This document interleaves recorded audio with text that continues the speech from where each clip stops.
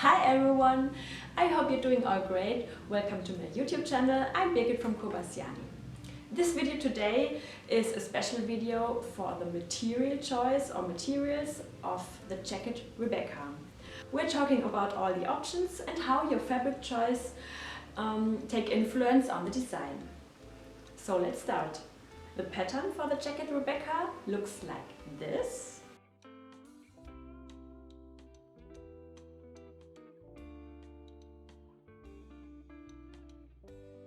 And it's available in all my shops. The links are down below this video here in the description box. So the Rebeccca jacket has a very unconventional workmanship and is perfect to play around and to be creative with all the fabrics. The main option or main design idea is to have a padded, warm winter jacket. So this option is also great to make a winterly style out of a summerly fabric.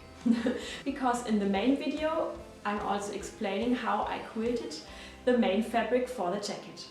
So for this main fabric we need 3 layers to create this quilted fabric, and of course the batting is one of the most important here. This one is a very fine padding, and here you can see this option a little bit closer. For this jacket here, which is medium thick I would say, then I have this one. This I've used for this option here. This is the Wahl 295. It's about, I would say, a centimeter thick and quite soft.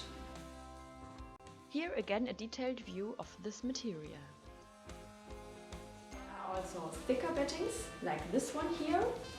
There you can decide if you want to use it as a whole, like this, or it's also possible to part this in 2 and use like this. Here you can really see the thickness of this padding material. A thicker batting parted in 2 I've used for this one. So then this wadding or batting is at the inside, and then we will have an outside layer and an inside layer or lining.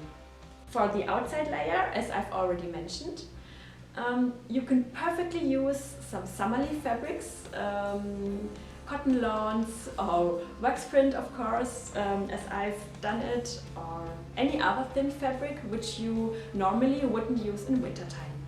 What I wouldn't recommend for the outer layer are 2 stiff fabrics, for example a thick denim or corduroy. I think like this the jacket will get too stiff and thick.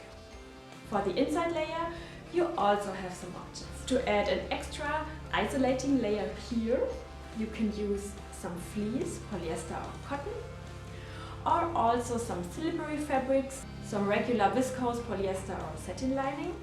But as we don't have the lining pleat here along the hem as you would normally do it for coats or jackets, you absolutely have to wash the viscose or polyester lining before starting with this project, promise me. Because these linings tend to shrink when you steam them or wash them, and you wouldn't want to have later on crumpy, I don't know, bulky jacket. So this was my most winterly option. As mentioned, the fleece here. But for the sleeves, I'd always recommend a slippery fabric. I've used here this taffeta, which I've also used for the pipings here. A slippery lining in the sleeves makes totally sense, because then it's much easier to put on the jacket later. Another option is to make the jacket reversible. That means that you will use both outer layer and inner layer, or the other way around, nice and beautiful fabrics which you want to wear. So here I've used this khaki taffeta on this side and this wax print on the other side. Of course you can also buy ready padded and quilted fabrics. There are fabrics which have 2 layers. So that means one nice layer, and on the other side you see the batting. There, of course, you will need to cut an extra layer for the lining for the jacket. But there are also fabrics which already have these 3 layers. So there you can directly start with the jacket. Considering all these infos now, you can look up in the sewing instruction the different fabric consumptions for the different options. Considering normal fabrics for linings and so on, a fabric width of 150 centimeter. And for wax prints, of course, an extra consumption. You will see this in the chart with 120 centimeters only. And for the ready quilted fabrics, I'm calculating with a fabric width of 130 centimeters. Another very cute and very sustainable way to make or create your own fabric for this jacket, but not only for this jacket, I think this is in general a very cute and nice design idea. You can use all your fabric rests to create a new fabric, and I found this idea on Instagram from a designer who is called Carly. Her Instagram handle is from Carly, and she made a quick tutorial how to create this fabric, and I wanted to try this out at all costs.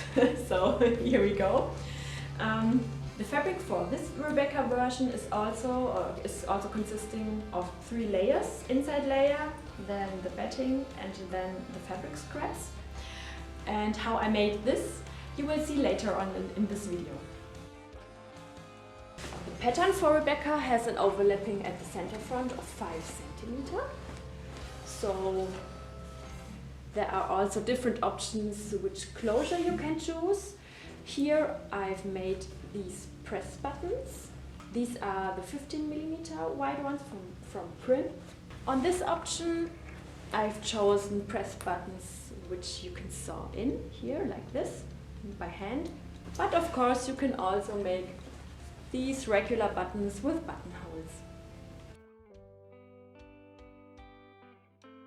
Option would be to let the jacket open, like I've done it here for the knit version. Another important design point for the jacket Rebeccca, which you can vary of course, are the pipings here, which are added to all seams.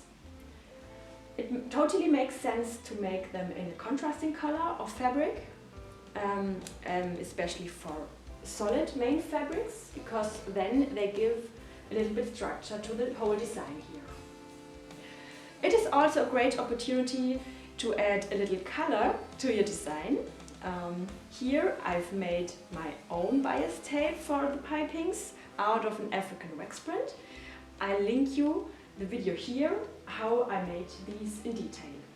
Here I've used store-bought bias tape, which also worked quite well. And for the wax print jacket here I've used a dark color, a solid color, which again gives the structure to the jacket design. So basically you can use any fabric to make this bias tape or any store-bought bias tape, but it has to be 4 centimeter wide here. And of course, if you make your own bias tape, this is a good option to use up small and tiny fabric rests. Okay, so now let's have a look on how I made this fabric here. So at first I'm taking my base material, which is the thin batting in my case. But if you want to make a dress out of this fabric, for example, you should take here, for example, cotton lawn or something like this. Out of this fabric I'm cutting now all my pattern pieces. By the way, the rest of the type of batting I'm using, or padding I'm using here, make perfect makeup removal pads, so I'm cutting these in small pieces and saving them for this reason. Then all my tiny wax print rests are entering the project. Now I'm putting all the rests on my pattern pieces on the padding, and of course I have to iron them flat here. I'm using different colors here which match very well together and just distributing them equally all over the pattern piece. Here comes the last piece and we're going ahead to the next step. To secure everything, I'm putting now an organza layer over all the pattern pieces. Here I'm pinning the layers together with really a lot of pins so that no fabric piece will move now. The organza layer I'm only cutting roughly. For the top stitching I'm using an orange thread and a longer stitch length. I'm choosing 3.5 millimeters here. And now I'm doing that top stitching. I mean, you can stitch every forms or lines you like. I'm just making straight lines but without any specific order. I'm just making sure that there are enough stitching lines to hold all the little fabric pieces in their place. That took me quite long, so enough time to listen to my favorite music or podcast. Here you can see all my stitching lines. And now I'm cutting off all the excess fabric at the sides.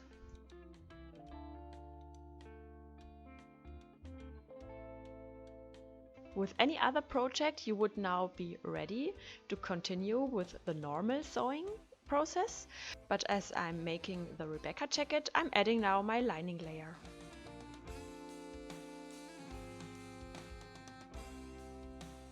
I'm cutting the lining fabric, I'm securing both layers along the outlines of the pattern pieces, and then I'm securing the outlines or the edges with a simple stitching.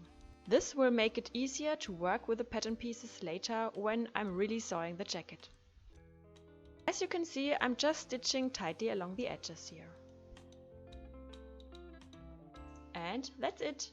I've created the upcycled fabric now and I'm ready to go on with my sewing project. So hopefully you could see in this video here that the Rebeccca pattern is really so versatile and gives you all the freedom to your fabric choices and that you can get 100% creative with it. My intention was always to have a jacket pattern which is suitable for African wax prints, of course, and this mission is accomplished, I think. I hope you will have fun with the Rebeccca pattern. The shop links where you can get this are below the video here. If you like to tag me in your Instagram pictures and use this hashtag here, Koba.Siani Rebeccca, so that we can see all the creative ideas for the jacket Rebeccca. I hope you will get a little crazy with this pattern and let your creative energy out. And of course, I hope to see you very soon again in my next video. Take care until then. Bye!